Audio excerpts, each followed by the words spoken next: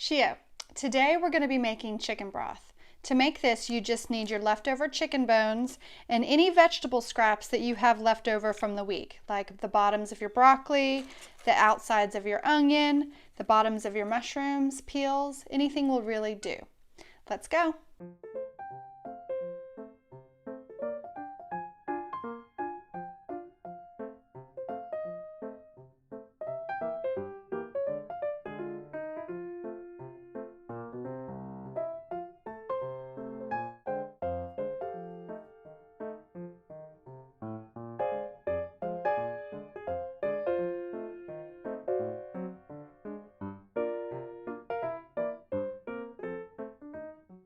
Making your own chicken broth will make your recipes more delicious, save you money, and reduce your food waste.